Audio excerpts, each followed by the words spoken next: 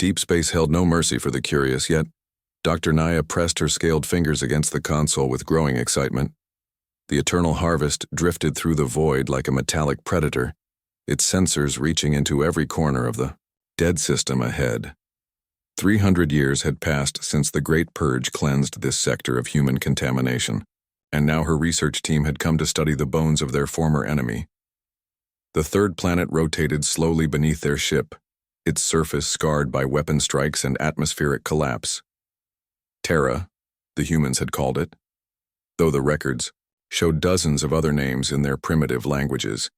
Cities that once held millions now stood as twisted metal monuments to a species too stubborn to accept galactic order.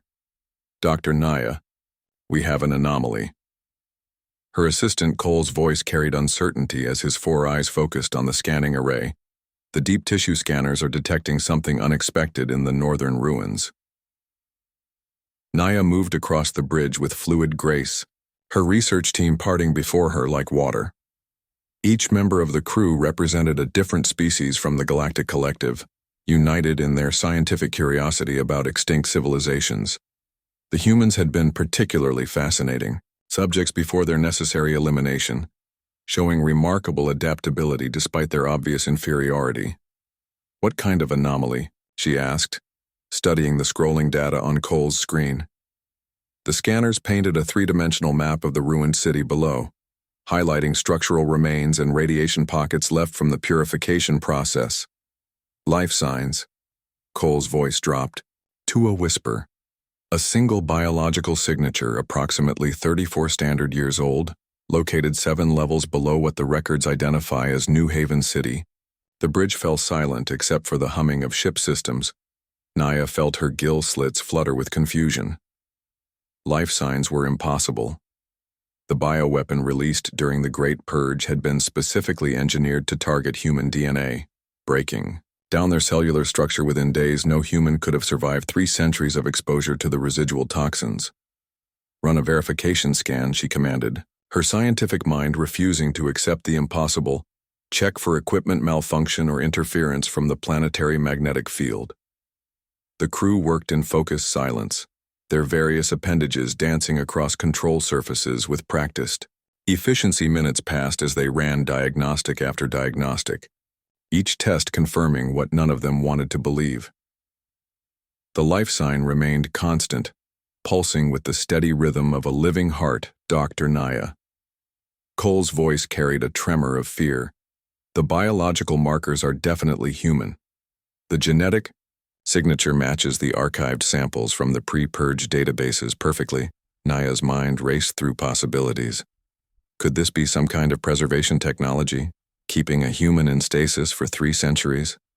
Had they missed a hidden bunker during the initial cleansing operations? The collective's records were thorough, documenting every human settlement and evacuation attempt during the final days. Prepare a retrieval team, she decided, knowing that her superiors would demand answers. Use full containment protocols, or I cannot risk exposing the ship to unknown pathogens or defensive measures. The retrieval operation took 6 hours to plan and execute. Naya watched from the bridge as her team descended through the ruined city, their environmental suits protecting them from residual radiation and toxic atmosphere. The human had been detected in what appeared to be a subway maintenance tunnel, 7 levels below street level. We have visual contact. The team leader's voice crackled through the communication system. Subject appears to be male, approximately 34 years old. As the scanners indicated, he's conscious and aware of our presence. Naya leaned forward, studying the video feed transmitted from the team's helmet cameras. The human stood in a roughly constructed living space, surrounded by salvaged equipment and makeshift furniture. His clothes were patched and worn but clean. His face showed signs of long-term malnutrition, but his eyes held an intelligence that made Naya's skin crawl. Subject is not showing signs of fear or panic, the team leader continued. He appears to be waiting for us as if he knew we would come. The human spoke then, his words transmitted clearly through the team's audio pickups. His voice was calm, measured, carrying none of the terror that Naya expected from the last member of an extinct species. My name is Ben Carter, he said, raising his hands to show they were empty. "I've been waiting a long time for you to find me." The retrieval team brought Ben aboard the Eternal Harvest, using standard quarantine procedures, sealing him in a containment cell equipped with atmospheric processors and medical monitoring equipment. Naya observed him through reinforced transparent aluminum, noting how he moved with careful efficiency, conserving energy like someone accustomed to scarcity. "Run a complete medical analysis," she instructed her team. "I want to know how he survived, what adaptations his body has made, and whether he poses any threat to the ship or crew." The medical scanner was a marvel of collective technology, capable of analyzing biological structures down to the molecular level. Ben stood calmly in the scanning field, as invisible beams mapped every cell in his body. The process took nearly an hour, with data streaming across multiple screens and complex patterns. When the analysis completed, the lead medical officer stared at the results with obvious disbelief. His normally composed features showed the kind of shock reserved for discovering new laws of physics. "Dr. Naya, you need to see this immediately," he called, his voice tight with tension. Naya approached the medical console expecting to see evidence of genetic modification or cybernetic enhancement. Instead, she found something far more disturbing. The scanner had classified Ben Carter using a designation she had only seen in theoretical studies, World Ender Survivor. She read aloud, her voice catching on the words, "Classification Level 9, suitable for extreme adaptation scenarios and planetary extinction events." The medical data told an incredible story. Ben's bone density was 40% higher than baseline human norms. His muscle fibers showed adaptations for extreme efficiency, and his neural pathways had developed additional connections in regions associated with pattern recognition and threat assessment. Most disturbing of all, his cellular structure showed signs of radiation resistance that should have taken millennia to evolve naturally. "How is this possible?" Call whispered from beside her. "The bioweapon was specifically designed to prevent adaptation. It should have killed him before his body could develop any resistance." Naya studied Ben through the observation window as he sat calmly on the containment cell's simple bed. His eyes met hers through the barrier, and she saw something there that made her blood run cold. It wasn't fear or desperation. It was patience, as if he had been expecting this moment for a very long time. "Get me a communication link to Ben Carter," she ordered. "I want to speak with him directly." The communication system activated with a soft chime, and Ben looked up at the speaker with, "What might have been amusement, Dr. Naya, I presume," he said, somehow knowing her name despite never having been introduced. "I imagine you have questions about how I survived your people's bioweapon." "That would be an understatement," Naya replied, fighting to keep her voice steady. "According to our records, humanity went extinct 300 years ago. Our medical scanner has classified you as something that shouldn't exist." Ben smiled then, an expression that held no warmth. "Your records are incomplete, Doctor. The scanner got one thing right, though. I am a world ender survivor. But you might want to reconsider which world actually ended." His words hung in the air like a threat wrapped in calm observation. Naya felt a chill run through her scaled skin as she began to understand that finding Ben Carter might not have been the scientific discovery she had hoped for. Instead, it might have been the beginning of something far more dangerous. Ben Carter had learned to read alien faces during his long years underground, and Dr. Naya's expression told him everything he needed to know. The collective scientists believed they were studying the last human in existence, unaware that their greatest mistake had been thinking in terms of surface populations rather than considering what lay beneath. "You want to know how I survived your bioweapon?" Ben said, settling back against the containment cell wall with practiced ease. "The truth might be more disturbing than you're prepared to handle." Through the observation window, Ben could see the alien research team gathering around their monitoring stations. Their various species represented the best scientific minds the collective could assemble, yet they understood so little about human nature. The arrogance that had led them to believe genocide could be accomplished with a single engineered pathogen. "Our bioweapon was specifically designed to target human cellular structure," Dr. Naya replied through the communication system. The toxin should have killed every human on Terra within 72 hours. Maximum theoretical survival time was 1 week, assuming access to advanced medical technology.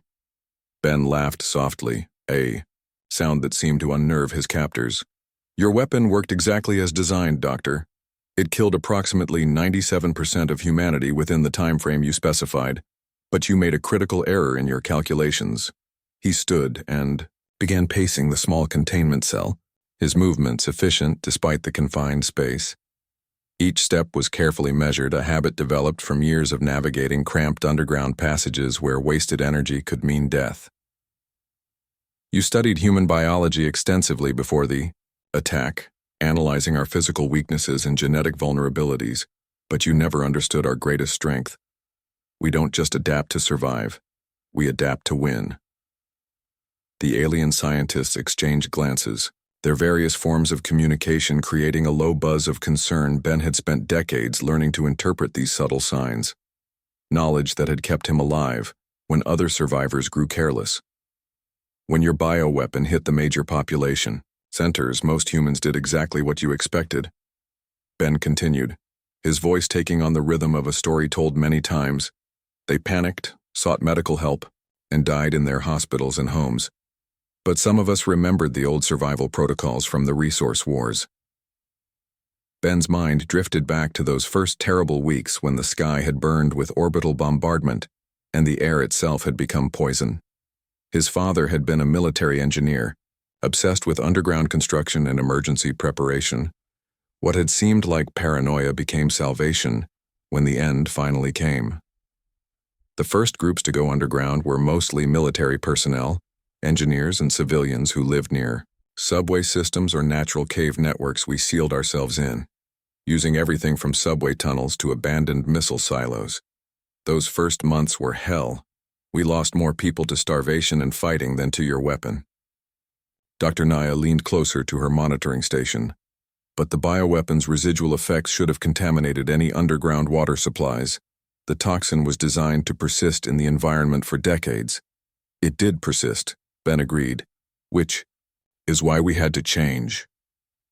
He pulled up his sleeve, revealing skin marked with faint scars that formed intricate patterns across his forearm. The alien scientists focused their sensors on the markings, data streaming across their screens as they analyzed what they were seeing. Those scars aren't from accidents or violence, Ben explained. They're injection sites, from the first experimental treatments we developed using samples of your own bioweapon. We couldn't cure it, but we could learn to live with it. The medical officer's voice came through the speakers with obvious distress. You deliberately infected yourselves with concentrated bioweapon. That should have caused immediate cellular breakdown. For most people it did, Ben said quietly. We lost thousands in those early experiments, but some of us had genetic variations that allowed for partial resistance. Instead of fighting the toxin, we learned to incorporate it into our biology. Ben's memories turned darker as he recalled the underground laboratories where desperate scientists had worked with equipment salvaged from ruined hospitals. The screams of volunteers who hadn't survived, the treatments, the bitter arguments over ethical boundaries when survival was at stake, the gradual realization that they were creating something new from the ashes of the old world. The second generation of survivors was born different, he continued. Children whose mothers had survived the adaptation process. Their bones were denser, their muscles more efficient, their brains wired for pattern recognition and threat assessment. Your scanner classified me correctly. I am adapted for extinction scenarios. Dr. Naya's voice carried new respect, tinged with fear. How many others are there? How many humans survived this adaptation process? Ben smiled, knowing that this was the question his people had been waiting centuries to answer. We stopped counting exact numbers after the first 50 years, too dangerous to maintain comprehensive records, but our best estimates suggest maybe 10,000 humans across Terra, spread through underground networks that span every continent. The bridge fell silent except for the humming of ship systems. Ben could practically hear the alien minds racing as they tried to process the implications. He had just told them that their perfect genocide had failed, that the species they thought extinct had been quietly rebuilding in the shadows for 300 years. but the orbital scans should have detected large underground populations. The assistant Cole protested. Our sensors can penetrate several kilometers into planetary crust. Your sensors detect heat signatures, electromagnetic emissions, and large-scale construction, Ben replied. We learned to mask all of those things. We built deep, using geothermal vents for power and natural cave systems for expansion. We scattered our populations to avoid creating detectable concentrations, and we learned to live quietly. He paused, letting that last word carry its full weight. These aliens had conquered dozens of species through superior technology and overwhelming force, but they had never faced an enemy that survived by becoming invisible. There's something else you should know, Ben continued, his voice dropping to barely above a whisper. We've been watching you. The alien crew shifted nervously, their various sensory organs focusing on Ben with new intensity. He could see them realizing that this conversation had moved beyond scientific curiosity into something far more threatening. Every time your ships entered this system, we tracked them. Every research station you built, we studied from a distance. We learned your languages, your technology, your weaknesses. We've had 300 years to prepare. Dr. Naya's scaled skin showed patches of color that Ben recognized as stress responses. Prepare for what? For the day you finally found one of us, Ben answered simply. For the day we could finally send a message to the rest of your collective. Ben moved to the center of the containment cell and spread his arms wide, facing the observation window. Directly his eyes met Dr. Naya's through the barrier, and his next words carried the weight of centuries of patient planning. You were right to classify me as a world-ender survivor, Doctor. But you might want to ask yourselves whose world is about to end. The containment cell's atmospheric processors hummed softly as they maintained perfect environmental conditions for their human specimen. But Ben Carter was no longer thinking of himself as a specimen. He was thinking of himself as a messenger, carrying news that would change everything. Far below on Terra's surface, in tunnels and caves and hidden chambers spread across the globe, other survivors were receiving signals that had been planned for generations. The message was simple and had been rehearsed countless times over the decades. The time for hiding was over.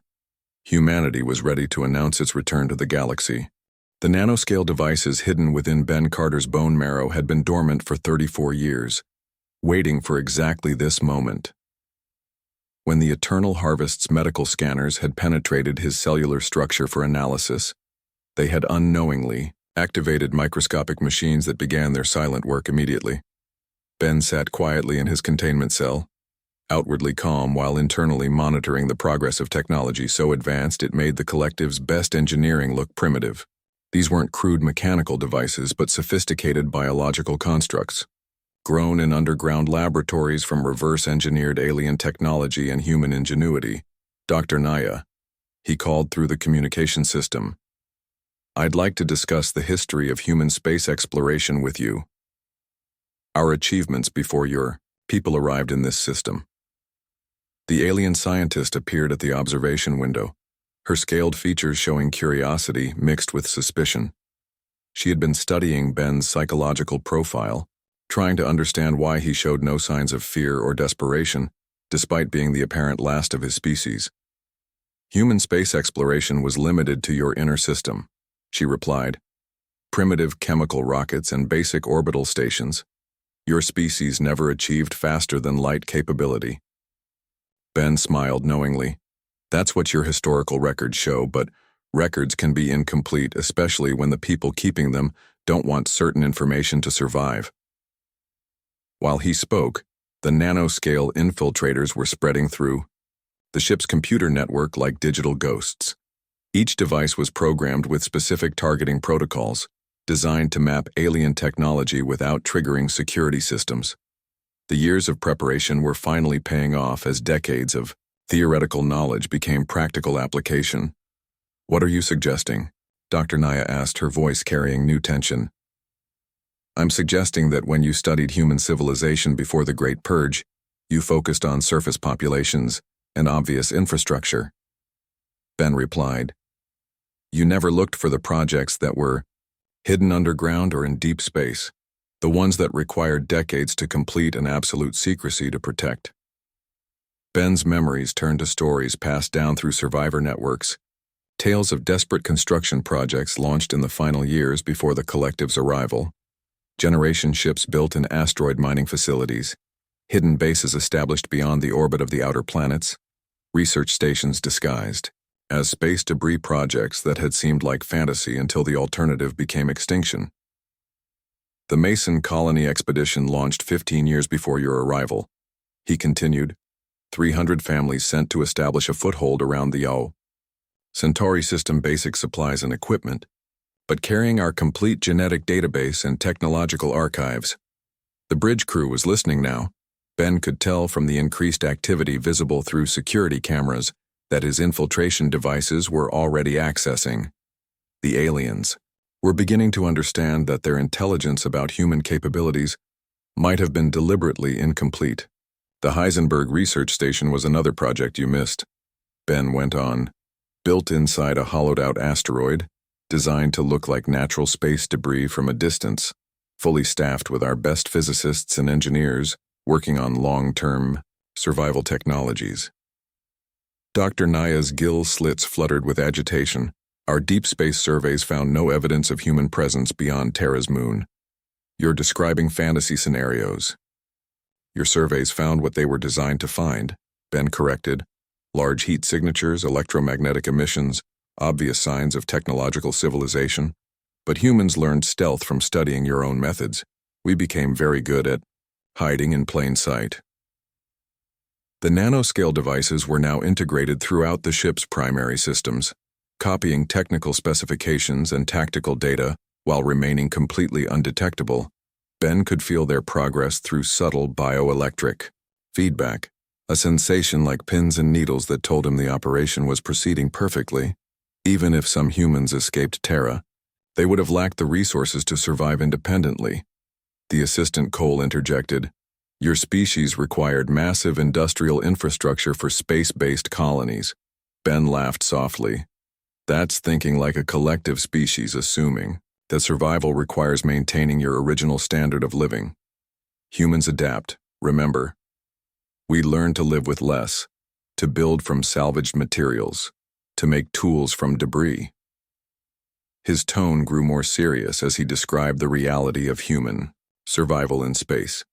Small communities living in cramped conditions, recycling everything possible, developing closed-loop life support systems that could run for decades without external resources, growing food in asteroid soil, manufacturing equipment from recycled metals, maintaining populations just large enough to preserve genetic diversity. The beauty of a distributed survival strategy is that you don't need to find all of us to eliminate the species, Ben explained. You just need to miss one colony, one research station, one generation ship. And we made sure you would miss quite a few. The infiltration devices were now accessing the ship's communication systems, copying frequency protocols and encryption keys while establishing hidden data, channels back to Terra below on the planet's surface. Receiver stations that had waited centuries for this signal were finally coming online. What exactly are you telling us, Ben Carter? Dr. Naya demanded, her voice carrying the authority of someone accustomed to having answers. I'm telling you that humanity didn't go extinct 300 years ago. Ben replied calmly. We went underground and into deep space. We scattered our population and learned to survive in conditions that would kill most civilized species. And we've spent 3 centuries preparing for this conversation. The communication array hidden beneath Terra's northern ice cap received its first transmission from the Eternal Harvest at exactly 1400 hours ship time. The signal contained complete technical specifications for collective vessel design, tactical doctrine, and fleet deployment patterns. Information that survivor communities had been trying to gather for generations. Similar arrays across the galaxy activated in sequence, each one confirming reception of the data package. The colonies that Dr. Naya insisted didn't exist were suddenly very busy indeed, as they began updating their own preparations based on new intelligence. You see, Doctor, finding me wasn't a scientific discovery. Ben continued, it was a trap and you walked right into it. Ben stood and moved to the center of his containment cell, knowing that the next phase of the operation was about to begin. He had served his purpose as an intelligence asset. Now he needed to become something else entirely. "Your ship's computer systems have been compromised for the past 6 hours," he announced casually. "My people now have complete access to your databases, communication networks, and navigation systems. We know the location of every collective installation, within 50 light years." The bridge erupted into controlled chaos as alien crew members rushed to their monitoring stations, running diagnostics and checking security protocols. Their instruments showed no signs of intrusion, which only made the situation more terrifying. Unknown technology that could penetrate their systems without leaving traces. Impossible, Cole stammered. "Our security systems would have detected any infiltration attempt." "Your species lacks the technological capability for this level of cyber warfare," had Ben corrected. "We had limited technological capability 300 years ago, but we've had a long time to study collective technology, to understand how it works and how to turn it against you. The advantages of being thought extinct." Dr. Naya's voice came through the speakers with deadly calm. "What do you want?" Ben smiled, remembering all the rehearsals for this moment in underground bunkers and hidden bases. The speech had been refined over generations, waiting for the day when humanity could finally announce its survival to the galaxy. "What we want is very simple," he replied. "We want the collective to leave human space, withdraw your forces, abandon your research stations, and return to your own territory. We're prepared to let your species survive if you're willing to let us do the same. And if we refuse?" Ben's expression hardened, showing none of the calm patience he had displayed earlier. "Then you'll learn why your scanner classified me as a world-ender survivor. The question isn't whether we can destroy your civilization, Doctor. The question is whether you're going to make us prove it." Across the galaxy, hidden human colonies were receiving their orders. Decades of preparation were about to be put to the ultimate test. The species that the collective thought they had eliminated was ready to remind the galaxy what happened when you tried to extinguish humanity. The war for human survival was about to begin, and it would be fought with weapons the collective never saw coming.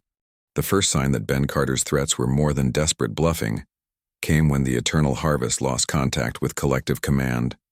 47 minutes after his revelation, Dr. Naya stood at her control station, watching communication. Arrays that should have connected them to the galactic network display only static and error codes. All subspace frequencies are being jammed. Her communications officer reported, "Someone is broadcasting interference patterns on every channel we use for long-range communication." Ben observed the growing panic among the alien crew from his containment cell, noting how quickly their confidence had evaporated once they realized they were isolated. The collective species were accustomed to having overwhelming technological superiority backed by vast fleets and unlimited resources. Being cut off from that support network was clearly terrifying for them. "The interference is coming from multiple sources," the communications officer continued. "At least 12 different transmission points spread across this system, all broadcasting in perfect coordination." Dr. Naya turned to face Ben through the observation window, her scaled skin showing stress patterns that had deepened significantly since their conversation began. "You said your people have been watching us. How many surveillance stations did you establish in this system?" "Enough," Ben replied simply. "We've had 300 years to prepare for your return. Every asteroid that could hide a relay station, every gas giant moon that could shelter a monitoring post. We turned this entire system into a trap, and your research vessel was the bait." The bridge shuddered as proximity alarms began sounding. Ben recognized the alert pattern from his years of studying collective technology. Something was approaching the ship, multiple objects moving at high speed from various vectors. The crew scrambled to their tactical stations with the coordination of a species that had conquered dozens of worlds. Incoming vessels on multiple approach vectors. The tactical officer announced, "Configuration unknown, but they're using active sensor jamming that interferes with our targeting systems." Through the observation window, Ben could see the main display showing radar contacts that appeared and disappeared like ghosts. The approaching ships were using stealth technology derived from studying collective methods, improved through centuries of refinement, and adapted for human manufacturing capabilities. Dr. Naya, I suggest you order your crew to prepare for boarding operations, Ben said calmly. My people prefer to take ships intact when possible. Valuable salvage and all that, but they won't hesitate to destroy the eternal harvest if your crew chooses to resist. The alien scientist voice carried desperate authority as she addressed her crew. All stations prepare defensive measures, seal internal compartments, and activate security protocols. Ben watched the familiar patterns of military preparation, remembering his own experiences during the underground wars when survivor communities had fought over limited resources. The difference was that his people had learned to fight smart rather than hard, using superior knowledge and careful planning to overcome enemies with better equipment. You might want to reconsider those defensive measures, he suggested. The boarding teams approaching your ship include several former collective slave species that your people conquered and enslaved over the past few centuries. They've been living in human colonies, learning human tactics, and they're very eager to discuss their experiences with their former masters. The proximity alarms reached fever pitch as the unknown vessels achieved docking positions around the research ship. Ben could hear the distinctive sounds of magnetic clamps engaging with hull metal, followed by the high-pitched whine of cutting tools designed to breach collective armor. The boarding operation was proceeding exactly as rehearsed. Attention eternal, harvest. A new voice came through the communication system, speaking the collective trade language with perfect fluency. This is Commander Rodriguez of the Human Reclamation Fleet. You are ordered to stand down your weapons and prepare for inspection. Dr. Naya's gill slits fluttered with confusion. That's impossible. Human vocal cords cannot produce those sound frequencies. Your species lacks the physical capability for our language, Ben corrected again. We had physical limitations 300 years ago, but we've made some improvements since then. The biological adaptations I mentioned weren't limited to radiation resistance. The containment cells lock disengaged with a soft click as Ben's infiltration devices completed their work on the ship's security systems. He stepped out of the cell for the first time since being brought aboard, stretching muscles that had been cramped by the small space.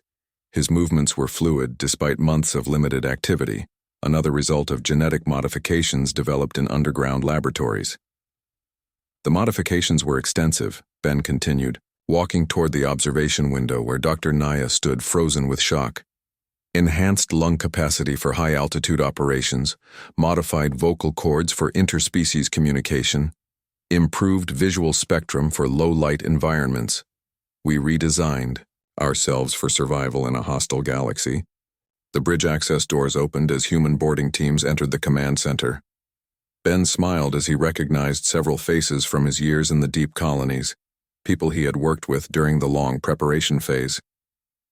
The team leader was a woman he remembered from the engineering corps, her features showing the same adaptations that marked all long-term survivors. Dr. Naya, meet Commander Rodriguez, Ben said formally. She represents one of our primary military units, the descendants of humans who escaped Terra during the initial purge. Her people have been living in deep space for 3 centuries, and they've become very good at ship-to-ship operations. Commander Rodriguez approached the alien scientist with casual confidence, her modified vocal cords producing perfect collective speech. Dr. Naya, you and your crew are now prisoners of the Human Reclamation Fleet. You will be held as security assets while our forces complete liberation operations in this sector.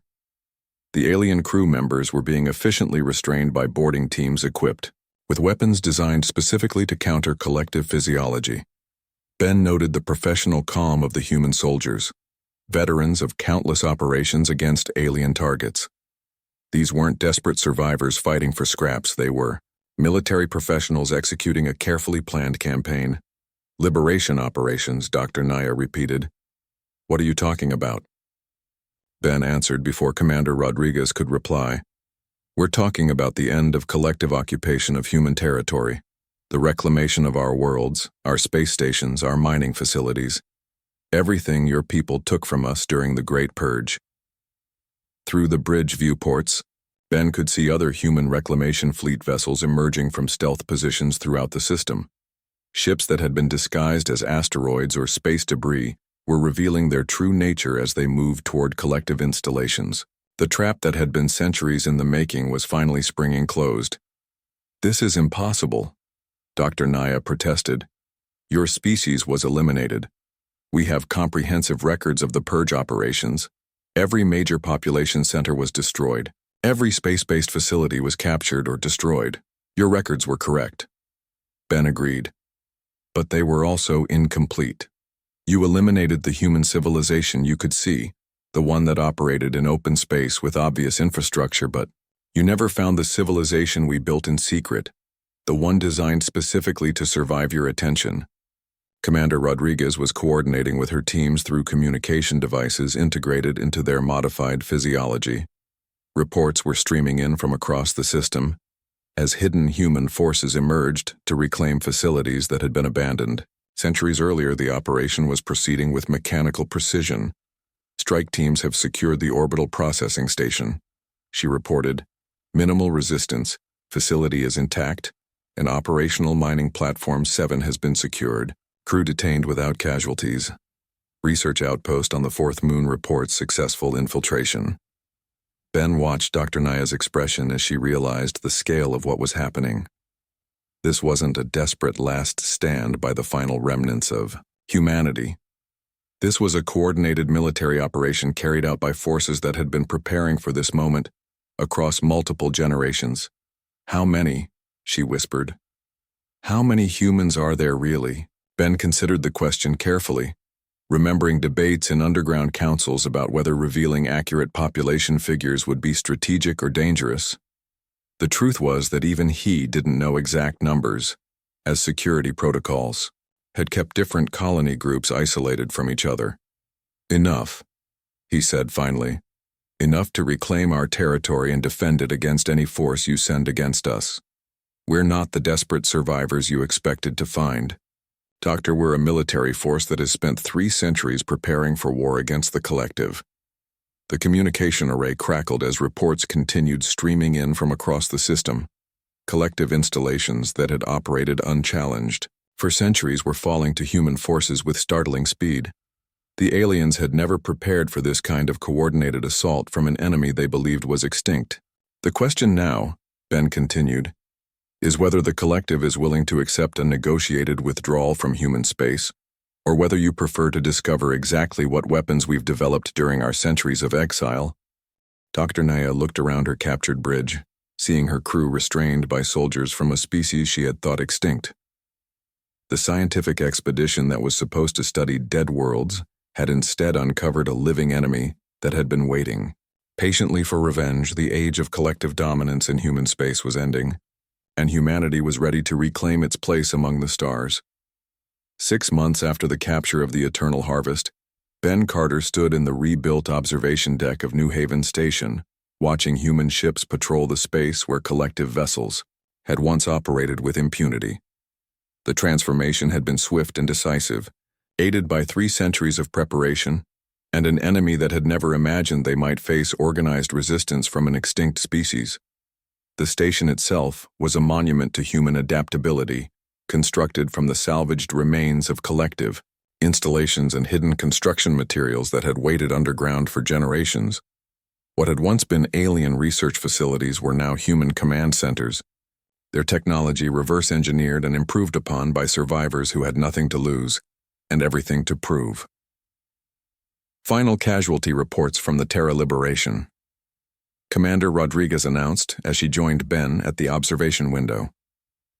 Collective losses were minimal, as ordered. Most of their personnel accepted evacuation rather than fighting to defend installations they considered temporary research posts. Ben nodded approvingly. The human reclamation fleet had deliberately avoided unnecessary bloodshed during their operations, understanding that wholesale slaughter would only unite the galaxy against them. The goal had been to demonstrate capability rather than cruelty, to show that humanity could be negotiated with, rather than simply eliminated. "What about the other systems?" he asked.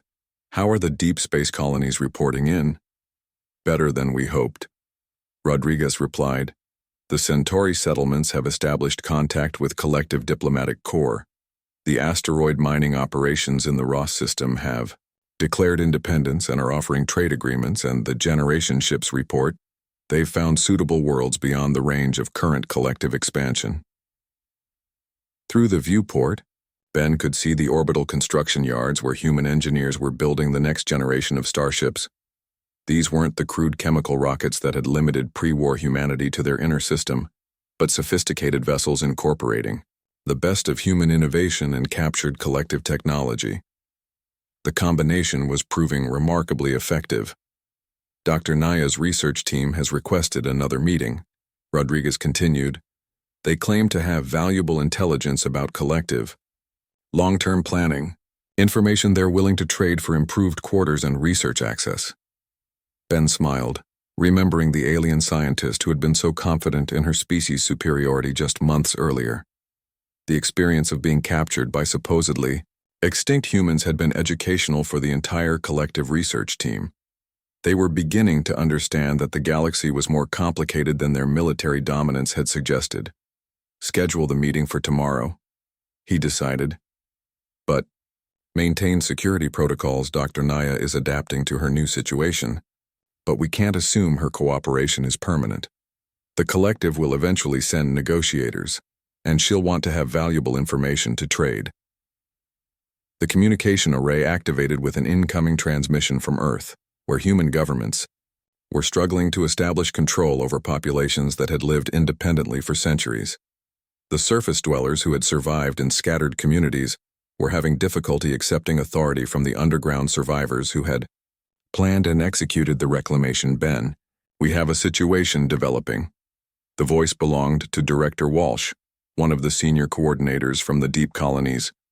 The collective has sent an official diplomatic envoy to negotiate terms for withdrawal from human space. They're requesting safe passage to New Haven Station for direct talks. Ben considered this development carefully. The speed of the collective's diplomatic response suggested they were taking human military capabilities seriously, but it also indicated they hadn't fully grasped the scope of the changes that had occurred. The aliens still seemed to think in terms of territorial negotiations rather than fundamental shifts in galactic power. What's their fleet composition? He asked, knowing that diplomatic envoys often carried enough firepower to enforce their negotiations. Single diplomatic vessel, minimal escort. Director Walsh replied, either they're genuinely committed to peaceful resolution, or they're severely underestimating our defensive capabilities. Ben walked to the tactical display that dominated one wall of the observation deck. The holographic projection showed human forces positioned throughout the system, including defensive installations that had been hidden for generations, and new construction that incorporated captured collective technology. The aliens would find New Haven Station much better defended than they expected. Grant them safe passage, he decided, but make sure they understand our current military situation. Schedule a flyby of the construction yards and let them see what we've been building with their technology. They need to understand that this isn't a desperate last stand by refugees. Commander Rodriguez activated her communication implant to relay the orders to Fleet Command. The human vessels patrolling the system began repositioning themselves to create a corridor for the incoming diplomatic ship, while maintaining obvious defensive formations. The message was subtle but clear. Humanity was strong enough to guarantee safe passage but prepared to enforce it if necessary. There's something else, Director Walsh continued. We've received confirmation from the outer colonies that several other species have approached them requesting alliance discussions. Apparently, word has spread about our successful operations against the collective. This was the development Ben had been hoping for since the reclamation. The galaxy contained dozens of species that had been conquered or subjugated by the collective over the centuries, many of them forced into slave labor or restricted to limited territories. If humanity could demonstrate that the seemingly invincible aliens could be defeated, it might inspire broader resistance. Which species are showing interest? He asked. The Keth from the Inner Rim, the Vel mining communities, and surprisingly the Thane Confederacy. They're all requesting information about human military capabilities and offering various forms of cooperation. Ben felt a surge of satisfaction as he realized the implications. The collective's greatest weakness had always been their assumption that technological superiority guaranteed permanent dominance. They had never prepared for the possibility that their conquered subjects might develop effective resistance methods or find allies capable of challenging their authority. Schedule preliminary discussions with all of them, he instructed, but maintain operational security. We don't want the collective to realize how quickly their empire is becoming unstable. The tactical display updated as the collective diplomatic vessel entered the system, its course taking it past several human installations that had been specifically positioned to demonstrate military capability. Ben watched the alien ship's scanning patterns, noting how its sensors lingered on defensive platforms that shouldn't have existed according to their intelligence. Incoming transmission from the diplomatic vessel. The communications officer announced, they're requesting permission to dock at New Haven Station and formal recognition of their diplomatic immunity. Grant the docking request. Ben replied, but assign them a berth where they'll have an excellent view of our shipbuilding operations. I want them to understand what they're negotiating with. The collective vessel moved through the human fleet with careful precision, its crew undoubtedly cataloging every ship and defensive installation they observed. Ben knew they were gathering intelligence for future operations, but he also knew they were realizing that any future conflict would be far more costly than their previous encounters with human forces. 3 hours later, Ben found himself in the main conference chamber facing Ambassador Keth, the collective's senior diplomatic representative. The alien's features showed the same shock that Dr. Naya had displayed when confronted with living humans, but his training allowed him to maintain professional composure despite the obvious distress. Ben Carter, the ambassador began, using modified vocal cords similar to those Commander Rodriguez had demonstrated. I am authorized to negotiate terms for collective withdrawal from territories claimed by human forces. Ambassador Keth, Ben replied formally, I represent the Human Reclamation Authority, speaking for all human populations throughout the galaxy. Before we discuss territorial arrangements, I think we need to establish some basic facts about the current situation. Ben activated the chamber's holographic display, showing a three-dimensional map of human space that included not only the reclaimed installations around Terra, but also the deep space colonies and generation ship settlements that had never appeared. On collective charts, the scope of human expansion was clearly much larger than the aliens had realized. This is the actual extent of human civilization, Ben explained. What you eliminated 3 centuries ago was our surface infrastructure and obvious space installations, but you never found our deep space colonies, our asteroid mining operations, or our generation ships. The humans you're negotiating with represent a much larger population than your intelligence suggested. Ambassador Keth studied the display with obvious concern, his diplomatic training warring with what appeared to be genuine shock at the scope of human survival and expansion. The collective had built their strategy around the assumption that they were dealing with a few thousand desperate refugees, rather than a distributed civilization that numbered in the millions. Your forces have demonstrated impressive capabilities, the ambassador acknowledged. But surely you understand that the collective commands resources that dwarf anything humanity. Can Marshal A negotiated withdrawal from this system is preferable to the alternative of full-scale military conflict? Ben smiled coldly, remembering all the years of preparation that had led to this moment. Ambassador, I think you're operating under some dangerous misconceptions. Let me clarify our current strategic position. He activated a second display, showing human fleet movements throughout the local sector of the galaxy. Collective installations that had operated unchallenged for centuries were reporting coordinated attacks by forces using technology the aliens didn't recognize. The pattern was clear. Humanity wasn't just reclaiming Terra. They were launching a coordinated campaign across multiple systems. Over the past 6 months, human forces have captured or destroyed 43 collective installations across 7 star systems. Ben continued, We've liberated 6 enslaved species and established military alliances with 12 others. Your empire is facing the first organized resistance it has encountered in centuries. Ambassador Keth's composure finally cracked as he realized the true scope of what was happening. This wasn't a local territorial dispute that could be resolved with limited concessions. The humans had somehow managed to coordinate a galaxy-wide rebellion against collective authority, using methods and technology that had remained hidden until the moment of attack. "What are your terms?" the ambassador asked quietly.